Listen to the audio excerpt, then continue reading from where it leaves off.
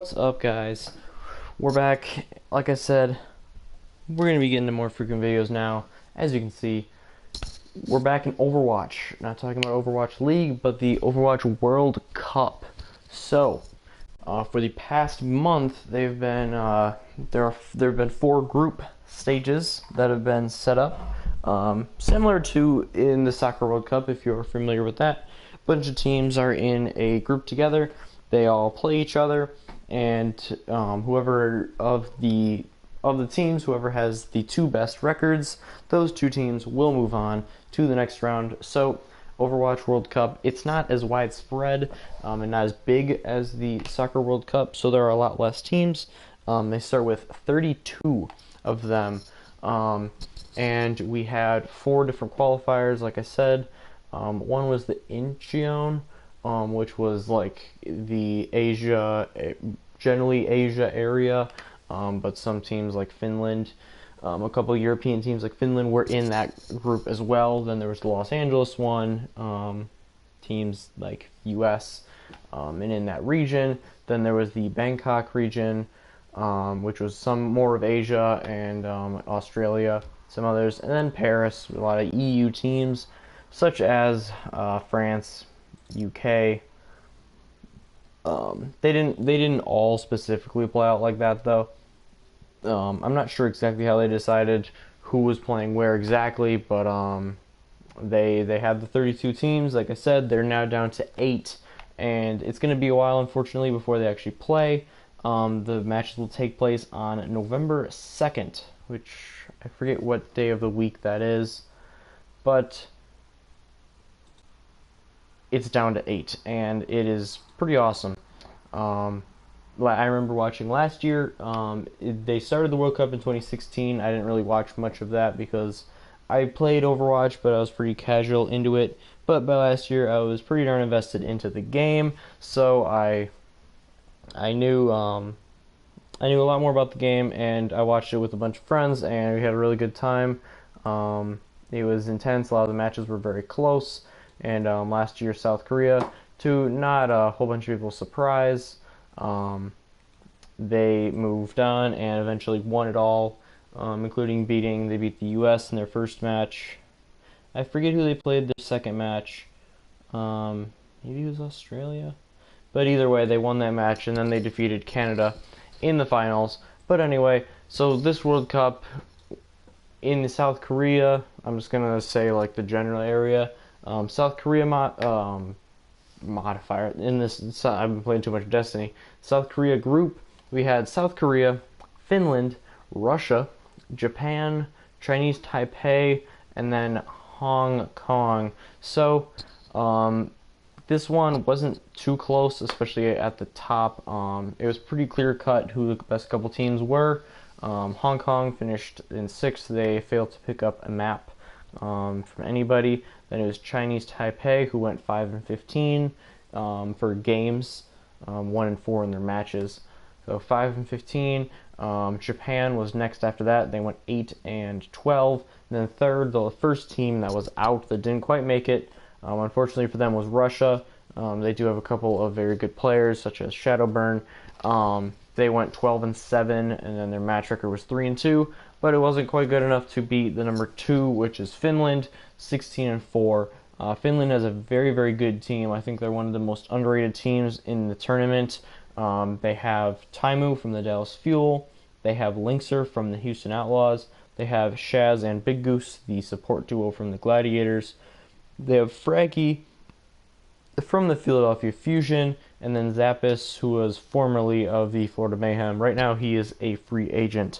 So, very good team there. They had a great match with South Korea, but they did lose that and a couple other maps along the way.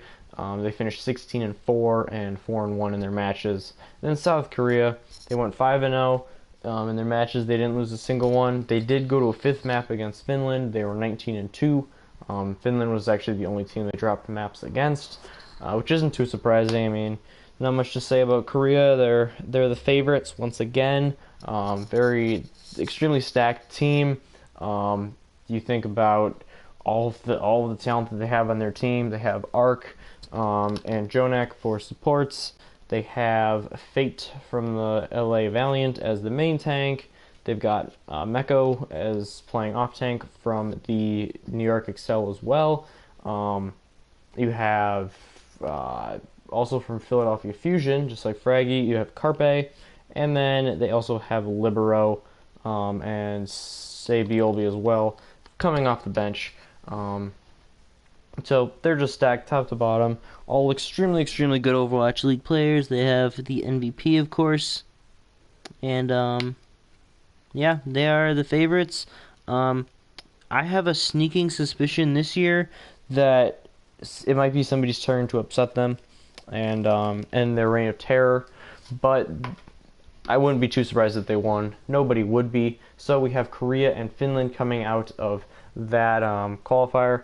Nice surprises from that was Japan. They played better than a lot of people thought they would, and they had a couple standouts on their team that maybe they will get some contenders qualifiers or maybe even Overwatch League spots. So then, gonna go a little more quickly for a couple of these other stages. We have United States area that had the U.S. It had Canada, Brazil, Norway, Austria, and then Switzerland. So, ow, headphones fell off. But anyway, Switzerland was the 6th finisher. They went 4-17 on their maps. They did not win a match. Austria was closely ahead of them, 5-16. They did go 1-4. They did win a match against Switzerland. Norway went 2-3 in their matches, and they went 8-13 overall. They had a pretty solid finish from them. Brazil, their team was essentially a contenders team that played in the South Korean circuit that was extremely dominant, or did I say South Korean? South American. That was extremely dominant. In South America, they're generally considered to be like the best team from there. They barely dropped any maps in the last season of contenders. So very good team. I was impressed with them. I thought they definitely played well. They held their own against some of the even against USA and Canada. They had some pretty nice matches with them. You could tell that they were still not on that skill level, but they were definitely the closest of this stage to them. They finished 10-11 for maps, and then 3-2 overall for matches. They beat Norway, Austria, and Switzerland, and lost to USA and Canada. And second, who finished first? Was it USA or was it Canada? It was USA. Canada finished second. They went 17-3. For maps, and then 4-1 in matches. They obviously lost their only match to USA. USA finished 18-2, map record of 5-0. The USA and Canada, they've been talking a lot of trash leading up to the World Cup, so this is a very, very hyped up match. It was definitely very fun to watch. You had guys like XQC from Canada and Sinatra from USA smack talking each other. I won't go through all of them specifically, but there were pretty much both teams every single player was either from Overwatch League or Contenders or formerly. Like XQC formerly Overwatch League, and then there were two guys, I believe, 2 or 3 that were from Contenders that played, like Zachary and Crimzo. And then everybody else was Overwatch League players, and good ones at that. You had the likes of Space, Surefour, etc., etc. 2 extremely good teams. USA did pull off the win. I thought that looking at the teams, I didn't think USA was a lot better skill-wise or anything, but they did have a better grasp of the meta, and they had some better strategies cooked up. So I think that's what won them the day. They won their match 3-1 against Canada. So that just means that USA has in theory, they have a slightly easier opponent in the round of 8, but both teams made it. And if either of them moves on into the finals and they had to play each other, that would be amazing for the World Cup. So yeah, we'll have to see 2 very good teams that could very well take it all home. Then to the Thailand qualifier, by everyone's standards, including mine, the weakest of the weakest of the groups by far. You had Spain, who did have some players. They had Hack, who ended up not playing. He like took the World Cup off, but he was originally on the team. Guys like Harry Hook were on that team, but they didn't have a whole lot else. They didn't have a ton of synergy, and they went 3-16 for maps, 0-5 in matches. Thailand was next after that. They had their standout is Mickey from the Dallas Fuel. They're better than Spain, but again, against some of the better teams, just didn't really hold up. They went 7-14 in rounds and 1-4 in matches. Fourth was, so this one actually surprised me. I would have picked them to move on, but they had a very bad showing, and that was Sweden. Now, a lot of players that used to be pros, or are a couple of them still on Overwatch League teams, or former Overwatch League players, like some of the former ones were Chips Hodden, from formerly of the Dallas Fuel, as well as name's slipping me right now. I'll come back. Oh, IDDQD. Formerly of the San Fran Shock. I don't know why I blanked on his name. He's actually one of my favorite Overwatch players. But they also have a former pro, Reinforce, who's now a analyst for the Overwatch League. They have Tavik, who's on the Florida Mayhem, etc., etc. And they just did not play well. They didn't look like they had any kind of synergy. They went 11-10, 3-2 for matches, but they should have been a lot better than that, and very disappointing performance. I think if you asked anyone on their team, they would agree. And just they were probably the least amount of fun watching. That I had easily the least amount of fun, like watching all of the group qualifiers when I saw that team, because just thinking about like how they used to be very good, and now they're very not. So finishing fourth. Unfortunate for them. Moving on to third, it's Denmark. They were 12-9 in maps, and then 3-2 for their matches. And they were close. They were close to qualifying. They could not quite do it. Pretty much the only players who had a lot of publicity around them, or any kind of publicity around them going in. There was Kellix from the Boston Uprising. Shax, who's played on a couple of contenders teams, is a very good offense. Fisher as well, flex player. And Danny is also a very good player. But they played well. They couldn't quite get into that top two, but they were close. And I think that some of their players might get into contenders now that weren't before because of their performance. Australia ended up second.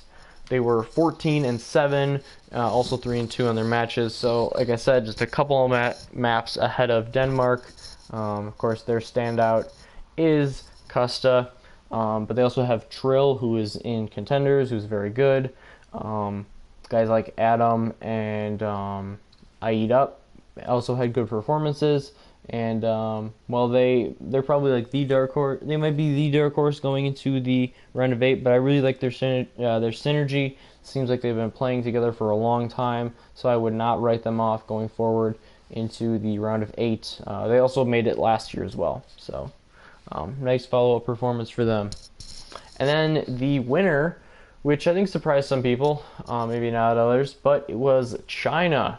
And there's this conception that I want to address for a little bit about how people think that China's terrible at Overwatch because of the Shanghai Dragons. And that's just not true. It's really, really ignorant to say, because obviously China has so many people in it. They have a huge Overwatch scene there. And if you may have not have heard of this, but there was kind of backlash when they announced the Shanghai Dragons. Because when they announced the roster, people were like, wait a minute, what? These guys? Who are they? There's so many better teams.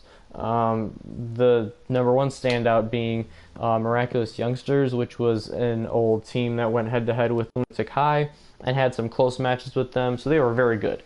And they just didn't get signed to the team for some reason.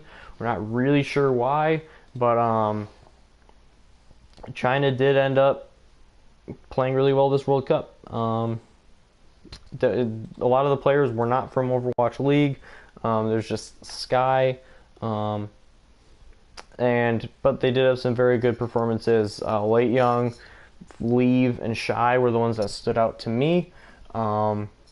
And yeah, they're a team that, again, like Australia, they're kind of a dark horse going in. Not a lot of people are going to be expecting much from them, but if a team takes them too lightly, they could very well be moving on to the semifinals or even finals. And then the Paris qualifier, last one, it was Poland. They went 4-18, 0-5. Italy was right after that, 5-16, 1-4. These two teams clearly on the lower end for the teams, and not too many players that have much publicity around them, and not a ton of experience. But overall, they did play pretty well, especially for the expectations. Fourth was Germany, 10-12 with a 2-3 match record.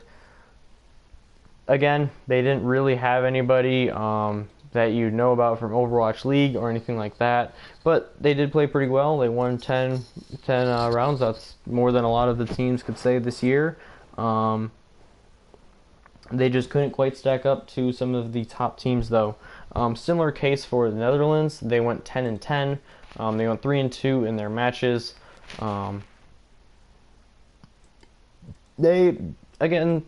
I was kind of pleasantly surprised by their team. Thought they played well. I'm sure they're happy to take home 3 matches. But they were quite a ways, quite a bit, I would say, below the second qualifying team, and that was United Kingdom. So they went 15-5, so 5 matches better than Netherlands. They were this is probably the biggest gap between 3 and 2 in a group, except maybe the Los Angeles group. But like I said, 15-5. They went 4-1 in their matches, and a lot of good players on their team. They're a bit more low key. They don't really have like Overwatch League players, but they have Christopher, who is very well regarded as a very, very good main tank.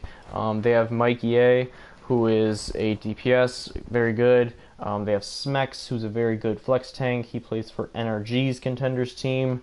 They have Cruz, who has been a well-regarded player in the community for a while now. And then Kib, another DPS player, who is also pretty solid. So they have a good overall team, and that's why they were able to pretty easily take second. They only had trouble against one team, and that team was the number 1 qualifier, France. So definitely the number 1 team of this group if you ask anybody about it. And they went 18-2, 5-0, or sorry, 19-2, 5-0. That kind of tells you what you need to know about it. They took care of business. They had one slip up where they went to 5. When they went to the 5th map. They really didn't need to do that. When they were playing at their best, you could tell that none of the other teams here stacked up against them. They even beat UK 4-0. So lots of Overwatch League players on this team. You have AKM from the Dallas Fuel, Unko from the Dallas Fuel, Wins, who used to play for the pro team Rogue, Soon from LA Valiant, and then Poco, who, Poco went absolutely insane in the UK match, playing on Zarya for most of it. It was insane. He's on that flex tank, and then Ben Best had a very nice performance on the main tank. I think he'll be the X factor for that team moving forward.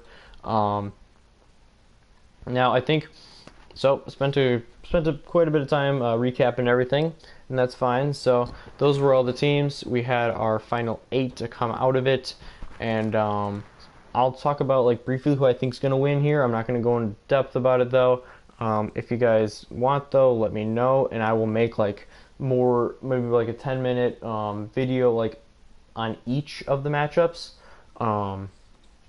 so you guys can get more of a feel of how the teams match up teams match up against each other specifically, and like one video would just be this team versus this team, this team versus this team. So then there would be obviously 4 different videos, probably about 10 minutes. Let me know if you guys want to do those. I'd be more than happy to do that.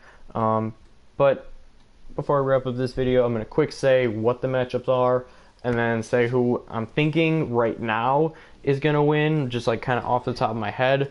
And then if I make those videos later, then those will be more of a, okay, I've analyzed the numbers and I really thought about it and matched everybody up, and this is why I think that one team will win. So first of all, we got France versus Canada. Now this is my favorite match of the round of 8 by far. I think it sucks for both these teams that they have to play each other because they're 2 very, very good teams.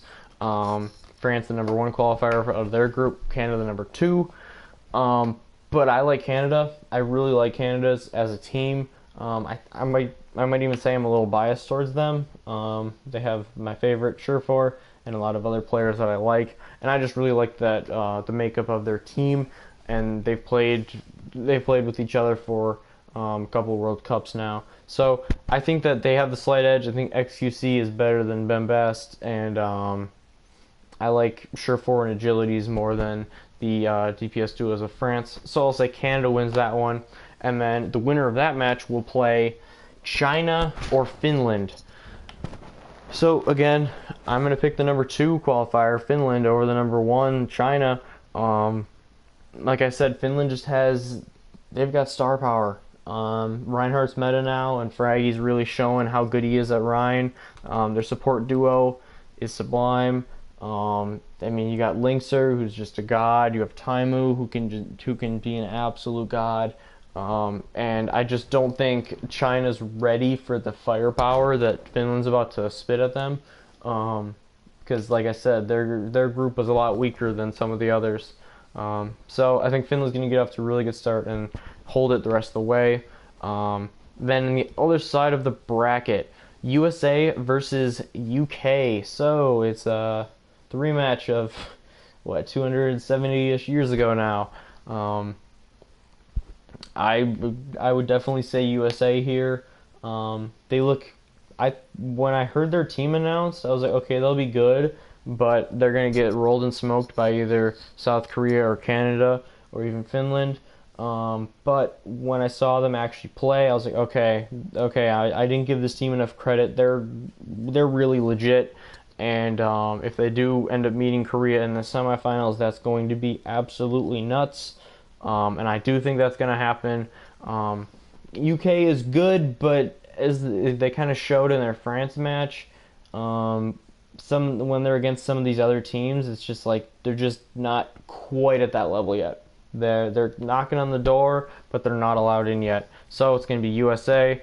And then between South Korea and Australia, yeah, I'm going to say South Korea rather easily. Like I said, Australia, their headliner is Custa, who's a main support player, and even though main support is definitely one of the most important roles on the team, and I'm not discounting that, South Korea is absolutely stacked everywhere, from their main healer to their DPS to their flex tank to their main tank, blah blah blah. It's the whole team.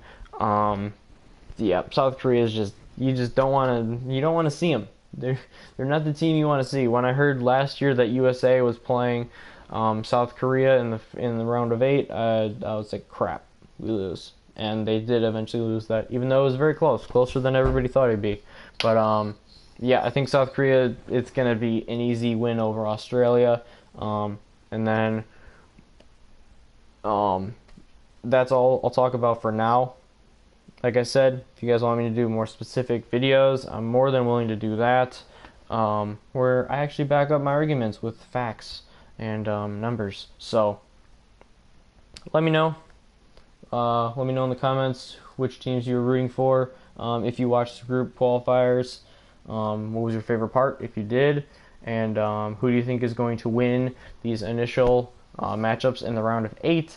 And then as we get a bit closer, I will go into I'll take my teams that I predict for the round of 4, and I will then predict who's going to win those matchups, and then even the finals, because all of the games will be played on November 2nd or the quarterfinals and the semifinals will be played on the 2nd, and then the finals between the last two teams will be on the day after, November 3rd.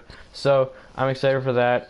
Can't come soon enough. I'm sad that it's over a month away, but it will be a bunch of fun. Check it out. Go, if you haven't seen the videos and you've been missing Overwatch, I'd recommend going back and watching the VODs for all the group stages, because there were definitely some interesting matchups there, and you got a chance to see a lot of players who usually don't get a chance to shine. And if you're from another country, like you're from Brazil or you're from the Netherlands, you can get a chance to rep your country and watch some guys that are from the same country go at it. So that's about it for the video. Thank you guys so very much for watching, and I'll see you in the next one.